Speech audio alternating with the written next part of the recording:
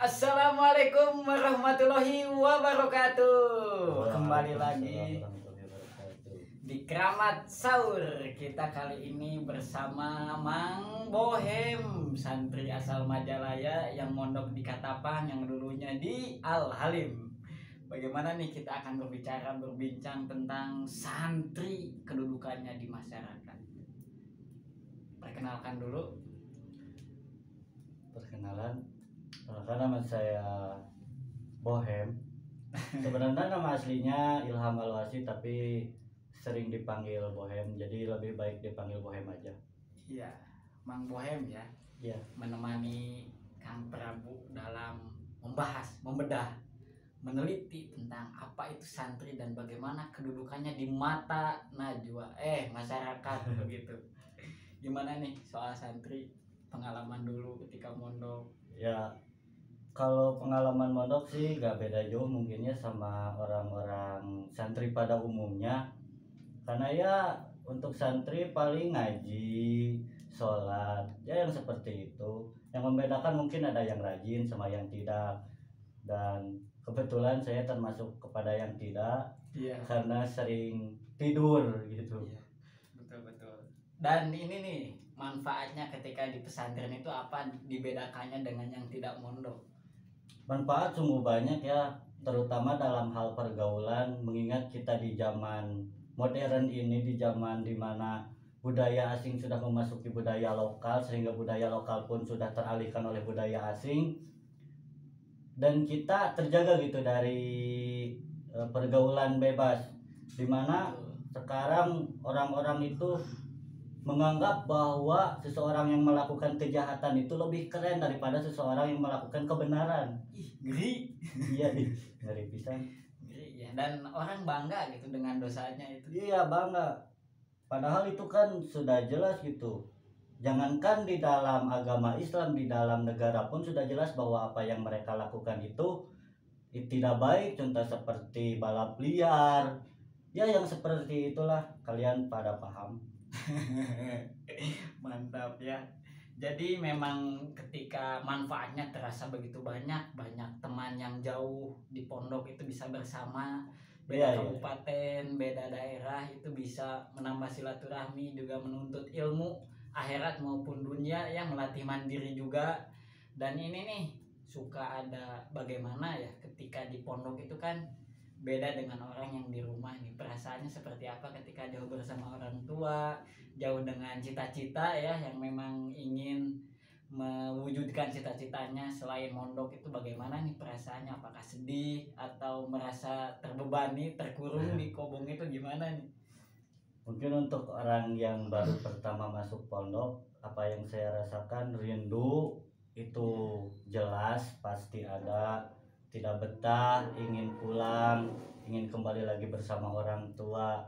Tapi di sisi lain kita juga memiliki banyak teman, orang-orang baru, pengalaman baru, sehingga jika orang-orang yang kuat itu akan lebih rindu pondok itu daripada rumah. Bahkan ada orang yang sampai bertahun-tahun tidak pulang gitu demi mengejar cita-citanya.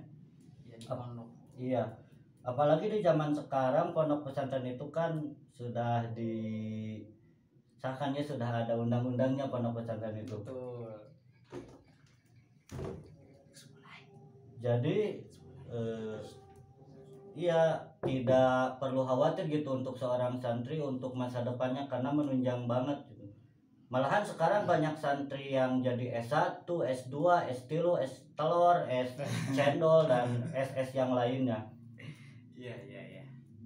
Jadi memang bukan hanya di sekolah formal saja, di universitas saja, di pondok pesantren pun kita sudah bisa strata 1 begitu. Tingkat akhir kayak mahasiswa itu kan di bawahnya Mahabrata dan Maha Kuasa. Santri itu lebih sakti begitu. Dan paling aneh nih kan, kalau ketika pesantren itu kita itu seolah diremehkan sebelah mata seperti yang sekolah, tapi ketika pulang yang jurusan fisika ya udah fisika aja, yang matematika ya udah.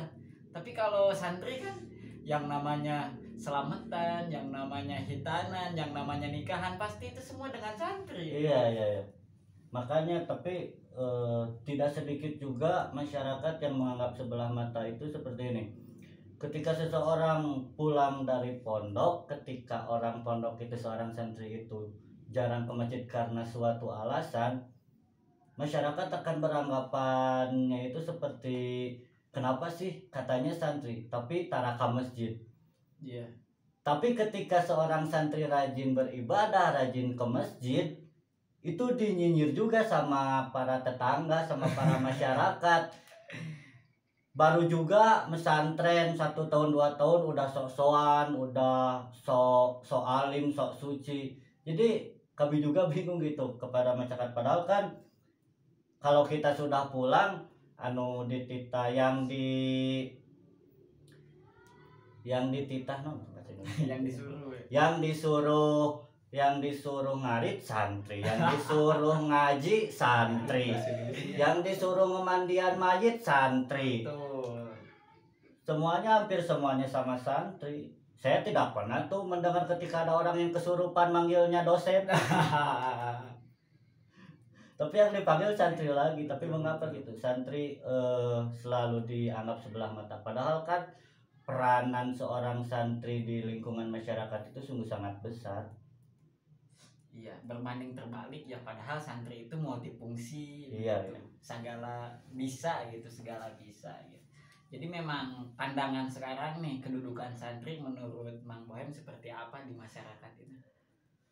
Untuk sekarang mungkin tidak terlalu separah dulu ya. Kalau dulu emang dipandang sebelah mata banget, malahan sudah dipandang sebelah matanya lagi merem gitu.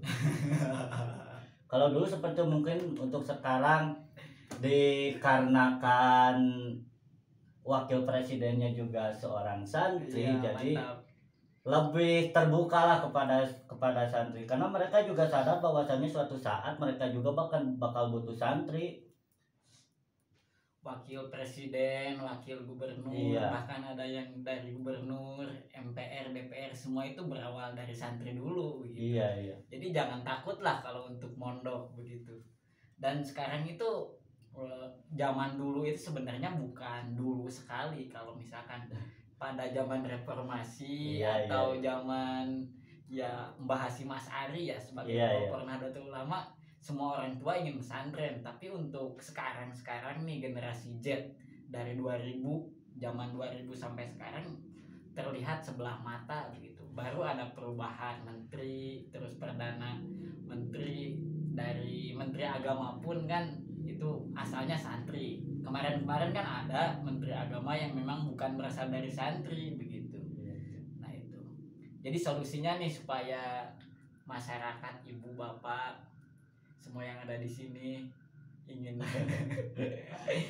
supaya bisa mondok anaknya, bagaimana nih tipsnya dan apa sih yang bisa didapat ketika sudah mondok?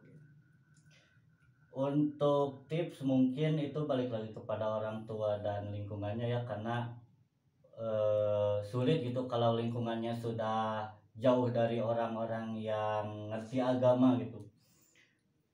Untuk saran, kalau mau mondokin anak itu kalau bisa lulus SD langsung masukin kepada pondok. Karena kalau sudah besar itu akan sulit, walaupun seseorang itu dipaksa untuk mondok, dia akan tetap kabur lah, dia akan tetap tidak betah karena tidak mungkin memaksakan. Kalau SMP kan mungkin mau pulang takut dimarahin gitu kan. Tapi kalau sudah besar, sudah dewasa itu susah. Iya, jadi udah tahu dunia gitu ya. Iya. Udah tahu duit, udah tahu perempuan. Iya, apalagi kalau udah tahu perempuan.